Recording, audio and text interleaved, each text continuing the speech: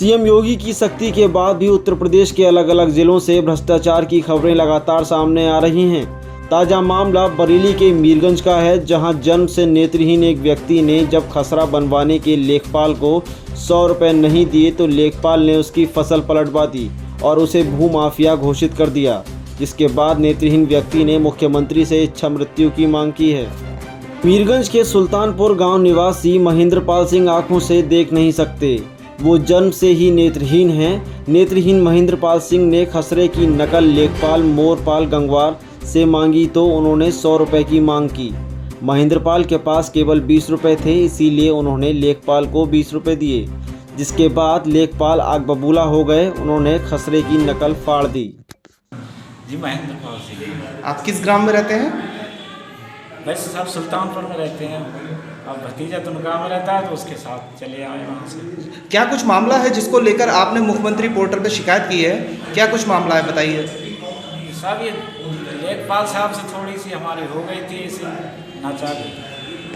उन्होंने मतलब मैंने नकल को कहा था खसरा वाली, तो उन्होंने एकदम ये कहा 100 रुपये निकालो आपको नकल दे दी जाएगी।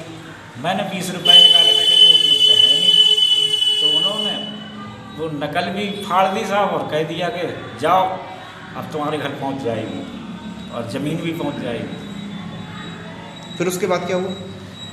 उसके बाद साहब वो नाराज़गी में उन्होंने ये किया है, वो ज़मीन जो हमें कुछ ज़मींदार लोगों ने दे दी थी और वैसे भी सरकार की दी हुई थोड़ी बहुत वो सब ज़मीन जुतवा दी सब। जी, तो आपको भूमिहीन कर दिया? जी। अच्छा, इससे पहले जो आपकी ज़मीन थी आप कैसे करते थे? उसकी खेती वाली क्या देखभाली कैसे करते थे? सब साहब बटाईदारी करते हैं हम तो, उन्हीं की ईमानदारी पर रहते हैं। कभी कभी हम लागत भी नहीं दे पाते हैं, वो खुद अपने उसमें से वसूल करके जो बचता है दे देते हैं। अब जैसे आप भूमिहीन हो गए हैं तो आपके पास कुछ नहीं है खाने पीने को, तो क्या कुछ सहारा रह गया आपके पास? अब तो साहब कुछ नहीं है, अब तो यही है, अगर मर जाए तो अच्छा है।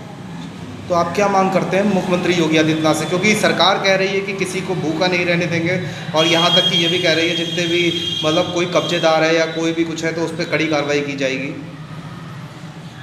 जी, अब उनसे तो यही कहना है, मुझे तो मौत ही मौत दिखाई दे रही है।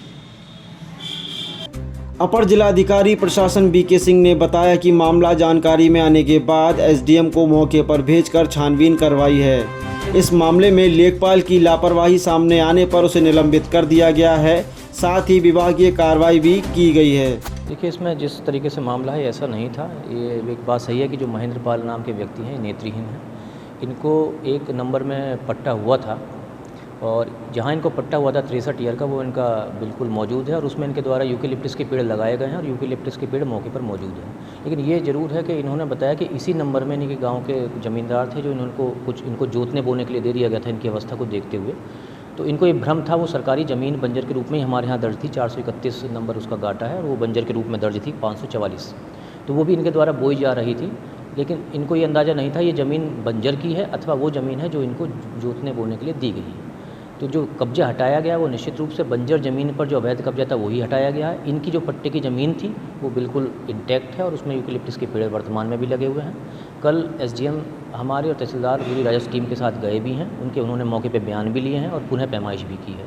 तो इसमें लेकिन ये ज़रूर पाया गया है कि जो हमारे राजस्व कर्मी थे उनको इनकी स्थिति देखते हुए सहानुभूतिपूर्वक इन पर विचार करना था और ये देखना चाहिए था, इनको विश्वास में लेकर बताना चाहिए था कि स्थिति है।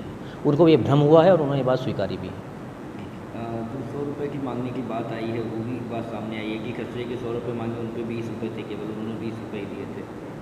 उन्होंने अपनी वार्ता उनसे जो हुई है, जो उन्होंने वीडियो भी हमको भेजे, उसमें ऐसी कोई बात नहीं आई है और वो शिकायत से अब संतुष्ट है, उनसे अगर ऐसी कोई मांग नहीं की गई। क्या कोई प्रशासन की तरफ से कार्रवाई की गई है इसमें?